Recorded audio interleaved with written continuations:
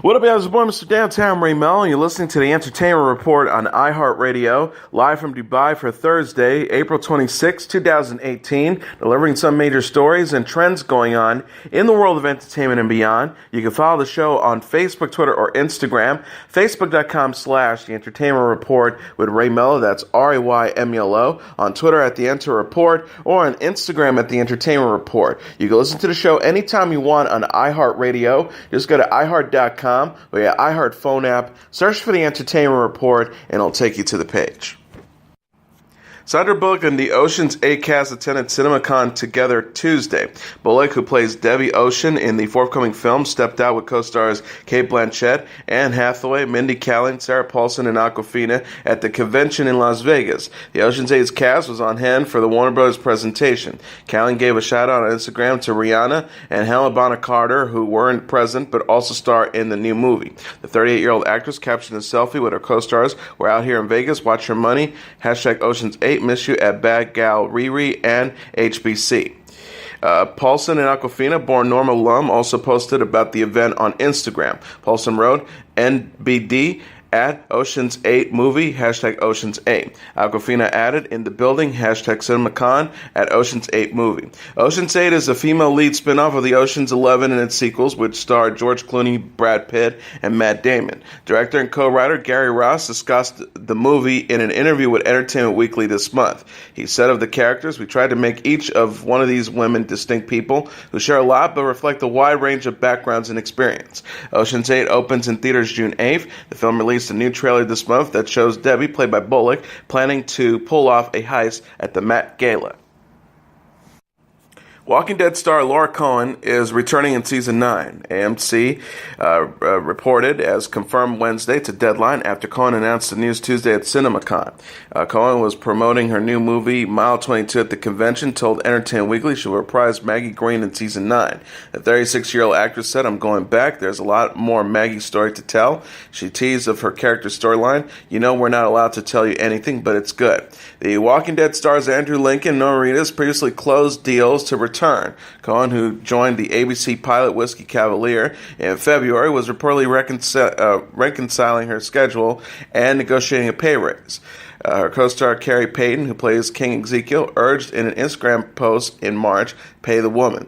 The Walking Dead was renewed for a 9th season in January. Executive producer Scott M. Gimple was promoted to Chief Content Officer of the Walking Dead TV universe, with Angela King to serve as an executive producer and showrunner in Season 9. Hulu has canceled drama series The Path, starring Breaking Bad alum Aaron Paul after 3 seasons. The Path, which follows a family at the center of a controversial cult movement, was created by Jessica Goldberg. Goldberg also served as an executive producer with Jason Katims and Michelle Lee. Michelle Monaghan, Hugh Dancy, Kyle Allen, Emma Greenwell, and Frida Pinto also starred in the show. The 3rd season of The Path premiered on Hulu in January and wrapped up on March 28th. The series lasted for 36 episodes in total. Goldberg said in a statement obtained by The Hollywood Reporter, "While it is sad that The Path is ending, I'm brimming with gratitude and pride.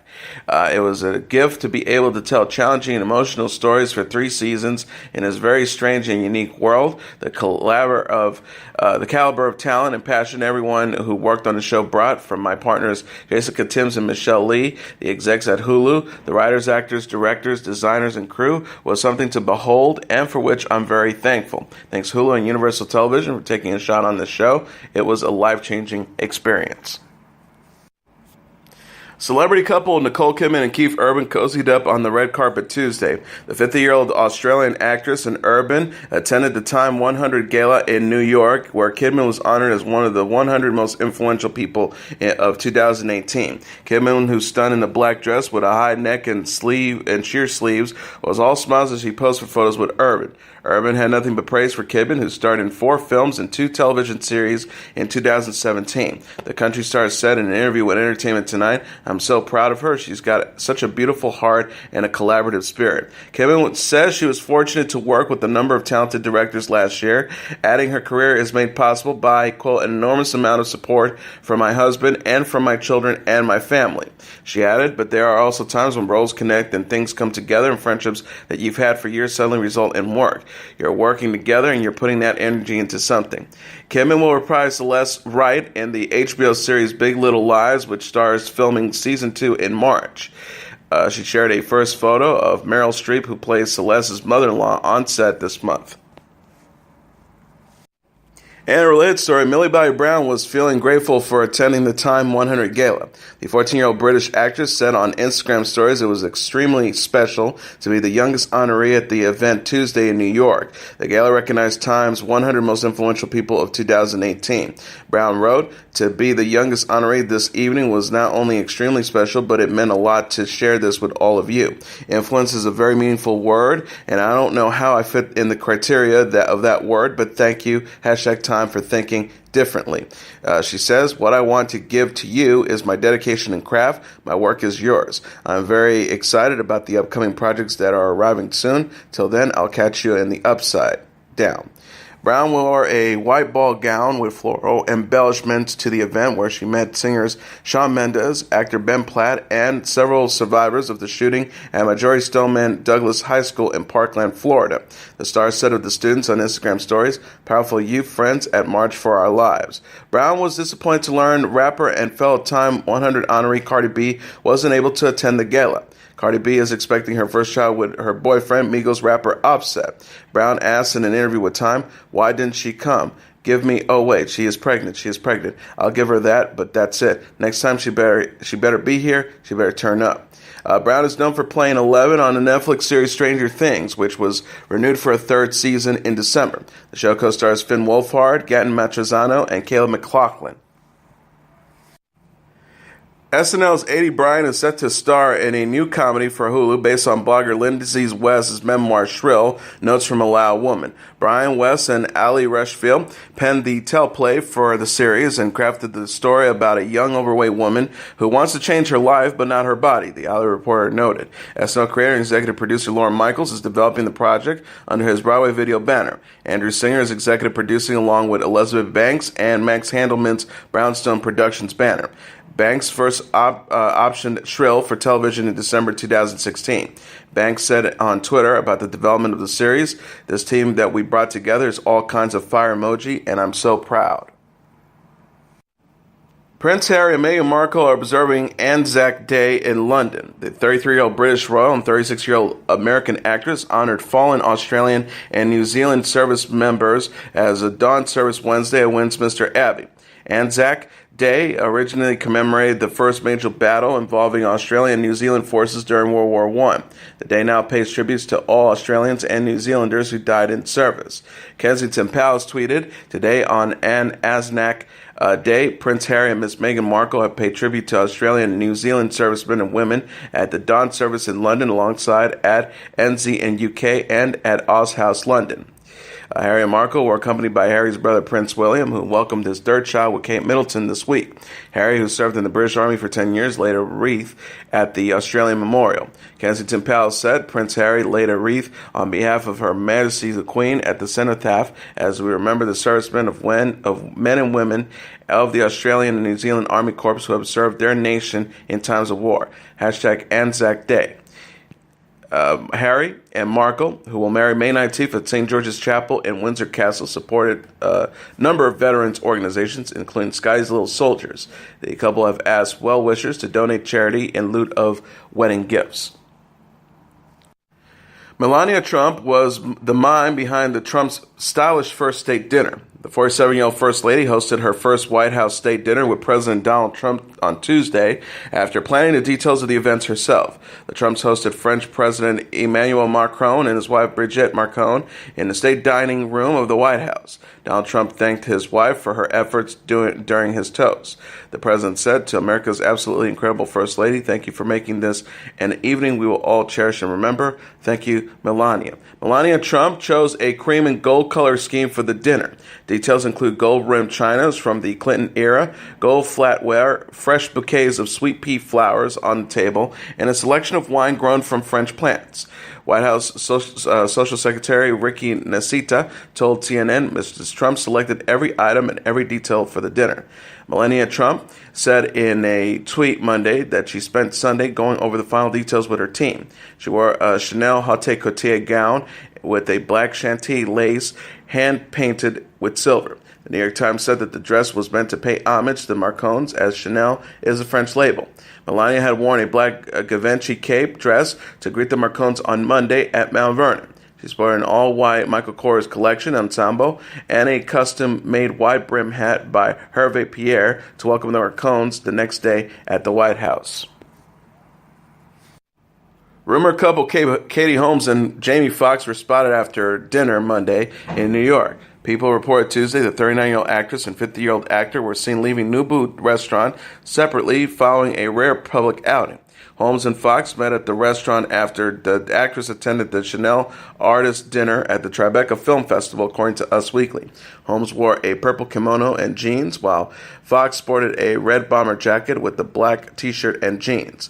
Holmes wrote on Instagram, "Thank you at Tribeca Films and at Chanel Official for a beautiful artist dinner."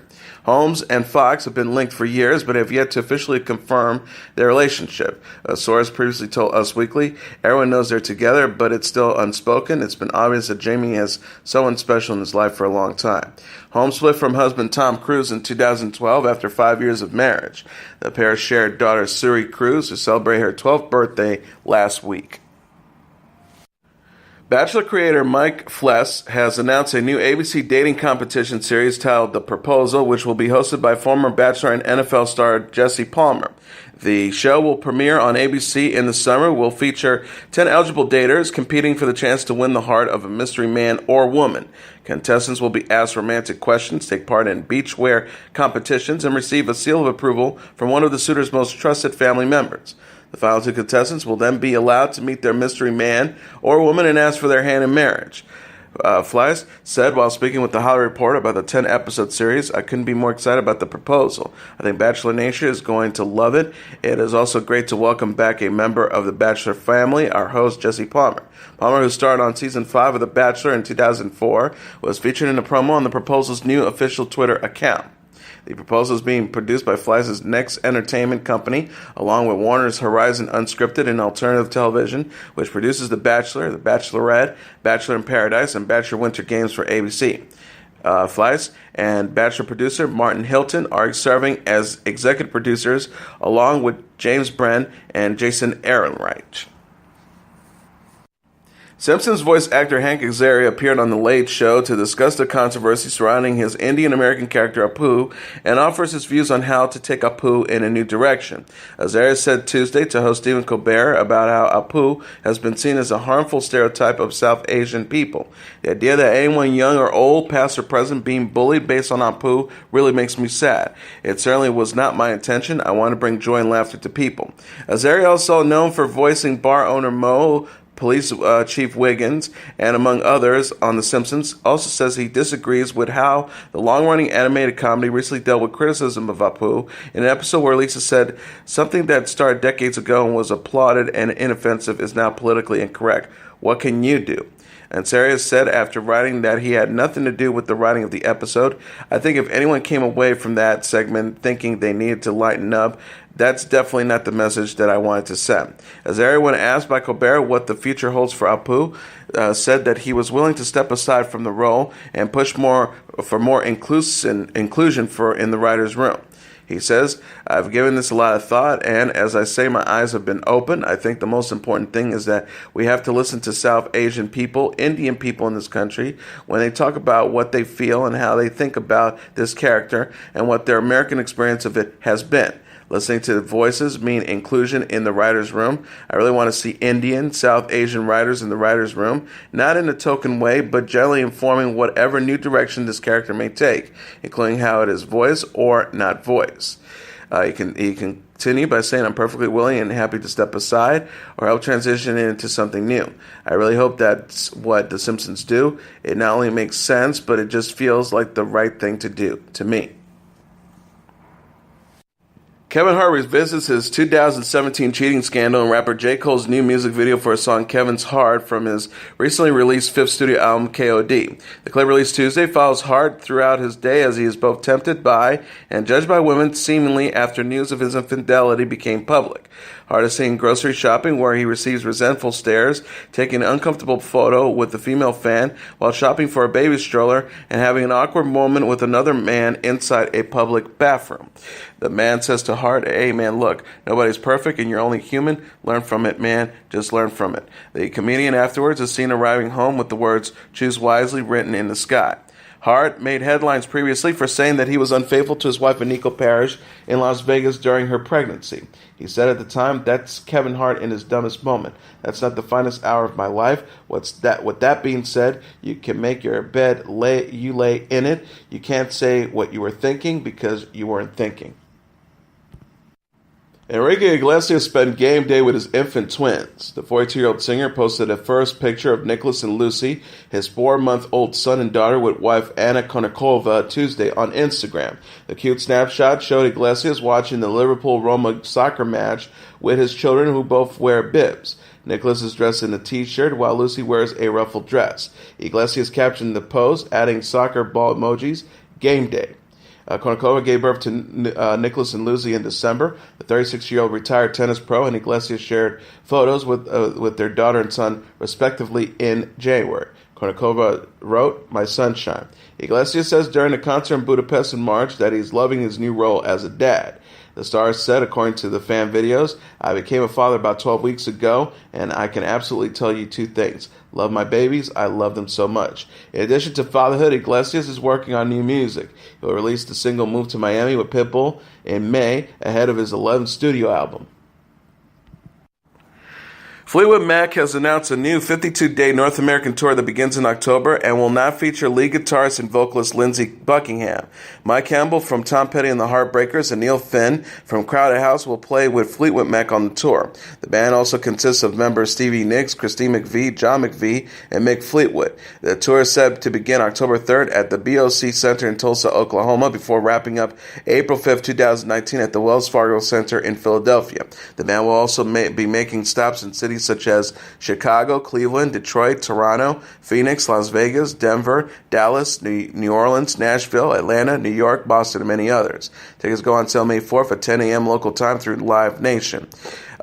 Fleetwood Mac said in a statement, "We are thrilled to welcome the musical talents of the caliber of Mike Campbell and Neil Finn into the Mac family. With Mike and Neil, we'll be performing all the hits that the fans love, plus we'll be surprising our audience with some tracks from our historic catalog of songs." Fleetwood Mac has always been a creative evolution. We look forward to honoring that spirit on this upcoming tour. And here are the top 10 songs on the Billboard Hot 100 singles charts for the week of April 28th. Number 10, Nicki Minaj with Chung Lee. Number 9, Cardi B, Bad Bunny, and J Balvin with I Like It. Number 8, Lil Dicky featuring Chris Brown with Freaky Friday. Number 7, Ed Sheeran with Perfect. Number 6, Block Boy JB featuring Drake with Look Alive. Number 5, Zedd, Maren Morrison Gray with The Middle. Number 4, Post Malone featuring Ty Dolla $ign with Psycho. Number 3, Baby Rayha and Flora Georgia Line with Meant to Be. Number 2, Drake with God's Plan. And the number 1 song on the Billboard Hot 100 singles charts for the week of April 28th, Drake with Nice for What. And now let's take a look at what happened on this date in entertainment history. On this date in 1977, Studio 54 opens. The crowd outside 254 West 54th Street in New York City on this date in 1977 would have been waiting for, 1927 would have been waiting for the curtains of a Puccini opera. On this date in 1957 or 1967, they would have been waiting for a filming of an episode of Password or maybe Captain Kangaroo. On this day, however, in 1977, the crowd gathered outside that Midtown address was waiting and hoping for a chance to enter what would soon become the global epicenter of the disco craze and the most famous nightclub in the world, Studio 54, which opened its doors for the very first time on this date in 1977. The impresarios behind Studio 54 were Steve Rebell and Ian Schrager, college roommates at Syracuse University who got into the nightclub business after their first venture, a chain of steak restaurants, failed to flourish. But before taking Manhattan by storm and becoming famous for openly and shamelessly excluding all but the most chic, famous, and beautiful patrons from their establishment, Rebel and Schrager were running a far less pretentious operation called the Enchanted Garden in the far reaches of Queens. The woman who deserves the lion's share of the credit for making 54 into the celebrity playground that it became was Carmen D'Alessio, a public relations entrepreneur in the fashion industry whose Rolodex included names like Bianca Jagger, Liza Minnelli, Andy Warhol, and Truman Capote. Her buzz-building turned the grand opening into a major item in the New York gossip columns, and her later efforts, like having Bianca Jagger ride a white horse in the club for her 30th birthday party, stoked the public's fascination with Studio 54 even further. Not just the usual celebrity suspects, actors, models, musicians, and athletes, but also political figures like Martin Trudeau, Jackie Onassis, and infamously White House Chief of Staff Hamilton Jordan came out to be seen during the club's brief heyday. From a musical standpoint, Studio 54 did not seek to break new ground, but rather to feed its patrons a familiar diet of dance hits. Artists like Grace Jones, Donna Summer, and Gloria Gaynor all made live appearances there, but Studio 54 belonged to the DJs and to the free entertainment provided by the club's flamboyant staff and clientele. While disco reigned supreme on the pop charts, Studio 54 reigned supreme among discotheques and joined a golden era that lasted from its opening day on this date in 1977 to its closing night party on February 4th, 1980, a party called, appropriately enough, the end of the modern-day Gomorrah. Also on this date in 2013, country music star George Jones dies. Legendary country singer and songwriter George Jones, whose numerous hit songs included White Lightning, Walk Through This World With Me, and He Stopped Loving Her Today, died at the age of 81 in Nashville. In a career that spanned nearly 60 years, Jones had more than 140 top 40 country hits, including 14 number one songs. Praised by many in the country music world as the greatest country singer of all time, Jones also was known for his hard-drinking lifestyle and stormy marriage to third wife and fellow singer Tammy Wynette, with whom he recorded such duets as We're Gonna Hold On and Golden Ring. Fellow country musician Waylon Jones once sang of Jones, "If we all could sound like we want to, we all sound like George Jones." Born into a poor family in Saratoga, Texas on September 12, 1931, Jones began singing and playing guitar as a boy and performing on local radio as a teenager. A disc jockey named Jones Possum for his close-set eyes and turn-up nose. Jones married briefly and served in the Marines in the early 1950s before signing with the record label and released his first single in 1954. He had his first top 5 country hit the following year with Why Baby Why, and his first chart topper with 1959's White Lightning. He went on to record a slew of hits, including The Window Up Above in 1960, Tender Years 1961, She Thinks I Still Care in 1962, The Race Is On 1964, and Walk Through This World With Me in 1967. In 1969, Jones married country star Tammy Wynette, best known for her hit single Stand By Your Man in 1968. The couple recorded and toured together during and after their turbulent marriage, which was hurt by Jones' substance abuse issues, and ended in divorce in 1975. Their hit duets included The Ceremony in 1972, We're Gonna Hold On 1973, We're Not the Jet Set 1974, Golden Ring 1976, Near You 1976, and Two Story House 1980. Their last album they recorded together was 1995's One. Offstage, Jones made headlines for his erratic behavior and drinking and drug use. Following one bender, Jones' wife hid his car keys, so he drove a motorized lawnmower to a liquor store. He missed so many scheduled appearances, he was dubbed No-Show Jones. However, in the 1980s, Jones started to turn his life around, marrying for the fourth and final time, curbing his excessive habits, and recording such hit singles as He Stopped Loving Her Today in 1980, which earned him a Grammy Award for Best Male Vocal Performance and was named Song of the Year by the Country Music Association. Jones was inducted into the Country Music Hall of Fame in 1992 and published a best-selling autobiography, I Live to Tell It All, in 1996. In 1999, he drove his SUV into the side of a bridge near his Tennessee home and was nearly killed. The musician icon later pleaded guilty to DWI and reportedly sobered up for good. He continued to record and tour into the 21st century. In 2008, Jones was honored by the Kennedy Center, and in 2012, he received a Grammy Lifetime Achievement Award. On this date in 2013, Jones died at Vanderbilt University Medical Center, where he had been admitted the previous week with a fever and irregular blood pressure. His funeral was held at the Grand Ole Opry House in Nashville, with politicians, former First Lady Laura Bush, and numerous country stars in attendance. And that's your entertainment report for Thursday, April 26, 2018. I'm your host, Mr. Downtown Ray Melo. I'll be back tomorrow to deliver some major stories and trends going on in the world of entertainment and beyond. You can follow the show on Facebook, Twitter, or Instagram.